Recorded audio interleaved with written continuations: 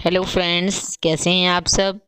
दोस्तों, आप सबको गोवर्धन पूजा की बहुत बहुत शुभकामनाएं, बहुत बहुत मंगल कामनाएं। और मेरे घर में कैसे गोवर्धन पूजा होती है वो मैं आपको पूरा दिखा रही हूँ। ये सुषमा दीदी ने गोबर से गोवर्धन पर्वत का पूरा आकार बनाया है, तरह तरह की आकृतियां बनाई हैं, देख रहे हैं आप। पूरी तरीके से पास से मैं आपको जूम करके दिखाती हूँ। इसमें दो लोग मिलकर के ये धनिया का मसाला पीस रहे हैं, कुछ लोग गेहूं को पीस रहे हैं, कुछ धान को कूट रहे हैं। सारी चीज़ें हो रही हैं जैसे पहले होता था ज़माने में। औरतें घर में सब मसाले बनाती थी, सारे अनाज कूटती थी। ये सूरज चांद भी, ये भी गोबर से बनाए गए, और हमारे कान्हा जी भी गोबर से बनाए हुए हैं, और उनके पीछे गिरिराज पर्वत विराजमान है। दोस्तों, गोवर्धन पर्वत हमें सभी कुछ देता है, अन्न धन, दूध दही घी मक्खन सभी कुछ देता है। दोस्तों, इसकी कथा आप सबको पता होगी कि कृष्ण भगवान जब थे छोटे तब वो देखते थे कि इंद्रदेव की पूजा होती थी, क्योंकि सभी लोग मानते थे कि इंद्रदेव ही प्रसन्न होकर वर्षा करते हैं, और वर्षा से ही हमें सारे पेड़ पौधे पशु पक्षी और सभी को भरण पोषण मिलता है, और तरह तरह की संपत्तियाँ मिलती हैं, फूल फल साग सब्जियां सभी कुछ। तो हमें उनकी पूजा करके उनका शुक्रिया अदा करना चाहिए कि उनकी वजह से फसल हो रही है और सभी को भरपेट भोजन मिल रहा है। मगर कृष्ण भगवान ने साक्षात ये गोवर्धन पर्वत की पूजा कराई और उनको मान सम्मान दिलाया, इसीलिए उनके ऊपर 56 भोग का भोग लगता है। दोस्तों, इस पर्व में अन्नकूट भी कहते हैं, इसको गोवर्धन पूजा भी कहते हैं। अब ये देखिए, जो चारों कोने बनाए हुए थे इसमें हम लोगों ने गेहूं को भरा हुआ है, और ये जो करवे की जो सीकें होती हैं वो भी इस गोवर्धन पर्वत में लगाई जाती हैं। सभी को पुष्प चंदन अक्षत सभी कुछ अर्पित किया गया है। कलश बनाया गया है, कलश के ऊपर भी एक कटोरी में गेहूं रखे हुए हैं, और उसके ऊपर दीपक विराजमान है, और सभी लोग मिलजुल कर पूजा कर रहे हैं। दोस्तों, और इस मौके के भजन बहुत ही प्यारे प्यारे हैं। छटा तेरी तीन लोक से न्यारी है, गोवर्धन महाराज। गोवर्धन महाराज ने सभी की रक्षा की, जैसे कान्हा जी ने। जब इंद्र जी उनकी इस काम से नाराज हो गए तो अपने सभी प्रलयंकारी मेघों को आज्ञा दी कि जा करके वहां पर बरसो, वृंदावन मथुरा में बरसो, जहाँ पर गोकुल में कहना है वहां पे जाके बरसो। तो लगातार बहुत मूसलाधार बारिश हुई, तो सभी गोप ग्वाले चिंता में पड़ गए और सब कान्हा के पास गए कि सब हमारी रक्षा करो भाई। सारे पशु पक्षी जानवर सब अपना सामान लेके, तो कान्हा ने कहा कि गोवर्धन पर्वत जी हमारी रक्षा करेंगे, उन्हीं की शरण में हम लोगों को चलना चाहिए। तो अब उन्होंने अपनी सबसे छोटी उंगली पर गोवर्धन पर्वत को उठाकर छाते की तरह तान दिया, और सारा ब्रज उसके नीचे आ गया, और सभी की उससे रक्षा हुई।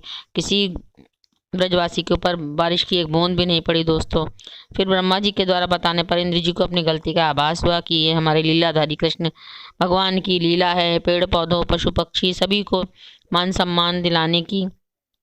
तो इसी तरीके से जुड़े रहिए मेरे साथ, देखते रहिए गोवर्धन पूजा का पर्व। बहुत अच्छा लगा। ये देखिए, हमारी पूजा हो गई है, और पूजा हम लोगों ने कथा पढ़ी, आरती करी, उसके बाद गोवर्धन की परिक्रमा दोस्तों ज़रूर लगाई जाती है। आप लोग सब जानते हैं ब्रज 84 कोस की परिक्रमा का क्या महत्व है। और परिक्रमा लगाते समय हाथ में खील लेते हैं, और कान्हा जी के भजन गाते जाते हैं, गोवर्धन पर्वत की महिमा गाते जाते हैं, और इसी तरीके से अपने जीवन को धन्य करते हैं। दोस्तों, और दोस्तों, एक सबसे महत्वपूर्ण आपको बताएं कि कान्हा जी को जो 56 भोग लगता है वो क्यों लगता है। क्योंकि माता यशोदा उनको एक दिन में 8 बार भोजन कराती थी, अलग अलग चीज़ों का भोग लगाती थी, और लगातार 7 दिन तक वो भूखे प्यासे गोवर्धन पर्वत को अपनी छोटी उंगली पर उठाए रहे। तो इसलिए जब 7 दिन के बाद गोवर्धन पर्वत को नीचे उन्होंने रखा, तो माता ने एक दिन के 8 भोग के हिसाब से 56 प्रकार का भोग लगा करके उनको अर्पित किया। सभी लोग अपने घर से अलग अलग मीठा नमकीन फल मेवा मिठाई सभी चीज़ें बना करके लाए, और उनको 56 प्रकार का व्यंजन का भोग लगाया। तभी से उस दिन अन्नकूट का भोग लगा, अन्नकूट बनाया जाता है, तरह तरह के मिष्ठान बनाए जाते हैं, और प्रभु की पूजा की जाती है। और अब ये देखिए, शाम के समय इस पूरे गोवर्धन पर्वत का जो हमने रूप बनाया था सबको समेट करके इस तरीके से इसको शेप दी जाती है, गोवर्धन पर्वत की शेप दी जाती है। सुषमा दीदी इसको बना रही हैं, और इसके अंदर ये देखिए इस तरीके से दीपक रख करके ये घर के बाहर मुख्य द्वार के बाहर इसको रखते हैं और फिर इसमें धूप दीप जलाते हैं।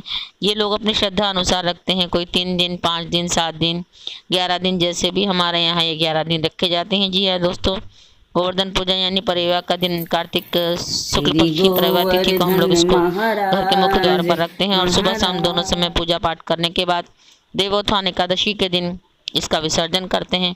अपने खेत में, खलिहान में, बाग बगीचे, फुलवारी में इसको विसर्जित करते हैं ताकि हमारी आने वाली फसल अच्छी हो।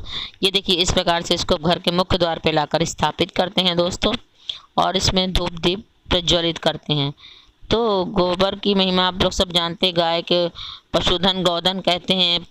पंचोपचार पूजा में गाय का दूध, दही, घी, गौमूत्र और गोबर सभी की पूजा होती है। गाय के गोबर को बहुत ही शुद्ध माना जाता है और पूजा पाठ में गाय के दूध और गाय के घी से पूजा करी जाती है। हवन सामग्री उसी की बनाई जाती है। गाय के गोबर के उपले बनाए जाते हैं जिससे हम हवन में इस्तेमाल करते हैं। और अब हम सुषमा दीदी और गौरी तीनों लोग गोवर्धन पर्वत की पूजा आरती कर रहे हैं दोस्तों।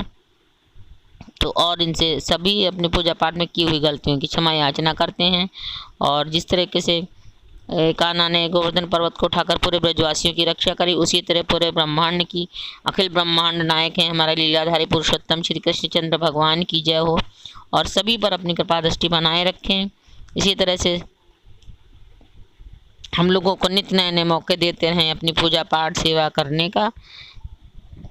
और फिर से एक बार गोवर्धन जी महाराज के, गिरधारी भगवान के महाराज के चरणों में बारंबार प्रणाम है। देखने के लिए बहुत बहुत धन्यवाद। राधे राधे। ओम नमः शिवाय।